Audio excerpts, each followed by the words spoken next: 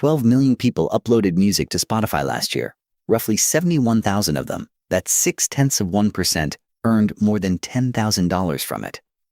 0.1% cleared six figures. So the dream is real, but the odds read like a lottery.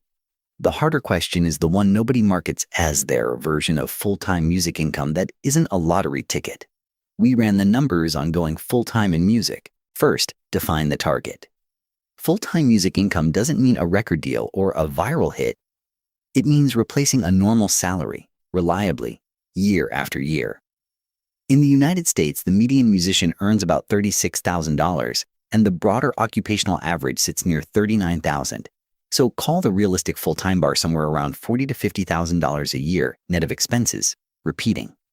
Now, here's the structural split that the whole question turns on. Music income comes from two completely different engines. The first is recorded music, streaming, downloads, sync. And it behaves like a lottery, where a tiny number of winners capture almost everything. The second is live and service work, performing, gigging, teaching, DJing events. And it behaves like a small business, where steady effort produces steady revenue. Almost everyone who actually makes a full-time living from music does it on the second engine.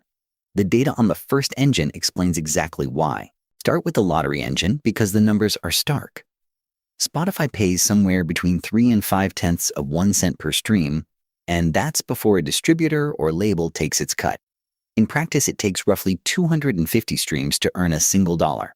Now layer on Spotify's own published data. Of the 12 million artists who uploaded music last year, about 71,200 earned $10,000 or more. That is 0.6%. 12,500 artists earned $100,000 or more. 0.1%. And the artist ranked 100,000th, not the top. The 100,000th most successful musician on the entire platform earned about $7,300 for the whole year. A platform with hundreds of millions of listeners produces full-time recorded income for a rounding error of the people uploading to it. Translate that into a salary requirement. To clear $50,000 from streaming alone, after the platform and the distributor take their cuts, an independent artist needs in the order of 12 to 16 million streams every single year, and then again the year after that. That is not a song that does well. That is a catalog with sustained, repeating millions of plays per month demand. The uncomfortable truth the industry's marketing buries is this. For the overwhelming majority of musicians, streaming is not an income. It is a business card. It pays in discovery and credibility, not in rent. Only about 11% of independent artists report earning their living from music alone, and even counting every music-related side activity, the figure reaches only around 18%. The recorded music lottery is real. Roughly 1,400 artists did clear $1 million on Spotify last year, but you cannot build a career plan around winning it. Now, the engine that actually pays the bills. For the musicians who do go full-time, live performance and teaching are consistently the top income sources, and DJing is the most structurally accessible version of it, because it sells a service to a calendar of events rather than betting on an audience. Look at the rates. A working wedding DJ earns roughly $500 to $700 per event, and a full ceremony through reception package runs $2,000 to nearly $3,000.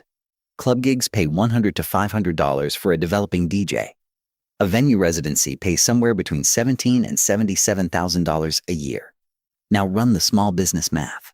A wedding DJ booking 50 events a year at $600 grosses $30,000 from weddings alone, before adding club nights, corporate events, or private parties. Stack a residency on top, and $40,000 to $60,000 a year is a genuinely reachable number. It is not glamorous, and it is not passive, but unlike the streaming lottery, it is a plan. And the live engine is becoming more important, not less, because of how the recorded side has changed. Look at the trajectory. In 2017, the 10,000th highest earning artist on Spotify pulled in about $34,000 a year. By 2024, that same rank earned $131,000. The top of the curve got dramatically richer, but step down to the 100,000th rank in 2025, and you are back at $7,300. The curve didn't lift everyone. It got steeper.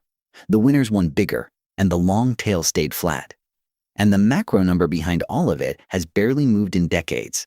Across the whole workforce, roughly 1 in 750 people earns a living from music, and that ratio has held remarkably steady through every technology shift, from radio to records to CDs to streaming. The tools changed. The odds didn't. Here is the pattern that ties it all together. The musicians who actually sustain a full-time income almost never do it from one source. They run a portfolio. A typical full-time working musician stitches together 4 to 6 income lines at once: live performances, private and group teaching, DJ and event bookings, session work, sync licensing for film and advertising, merchandise, and yes, a small trickle of streaming on top. No single line pays the rent. The combination does. And this is the exact opposite of how music careers are marketed. The marketing sells the single break, the viral track, the streaming explosion, the one big moment. The data describes a diversified small business run by a smart owner who treats each stream as one revenue line in a spreadsheet. The romantic model is a lottery. The working model is a portfolio. So, can you really make a full-time income as a musician or a DJ? The honest answer is yes, but almost certainly not the way it gets sold to you. If your plan depends on recorded music going big, you are buying a lottery ticket priced at years of your life, with a 1 in 1,000 payout, going clear-eyed about exactly that. But if your plan is built on the service engine, it is a real business. DJing weddings and events, teaching, gigging, residencies, and licensing stacked into a portfolio of 4 or more income lines. That path doesn't trend on social media, but it pays a mortgage. And the single sharpest filter is this one question: does your music income plan depend on getting discovered or on getting booked? Discovery is a lottery you don't control. Booking is a calendar you do. The full-time musicians are, overwhelmingly, the ones who built their income on the calendar.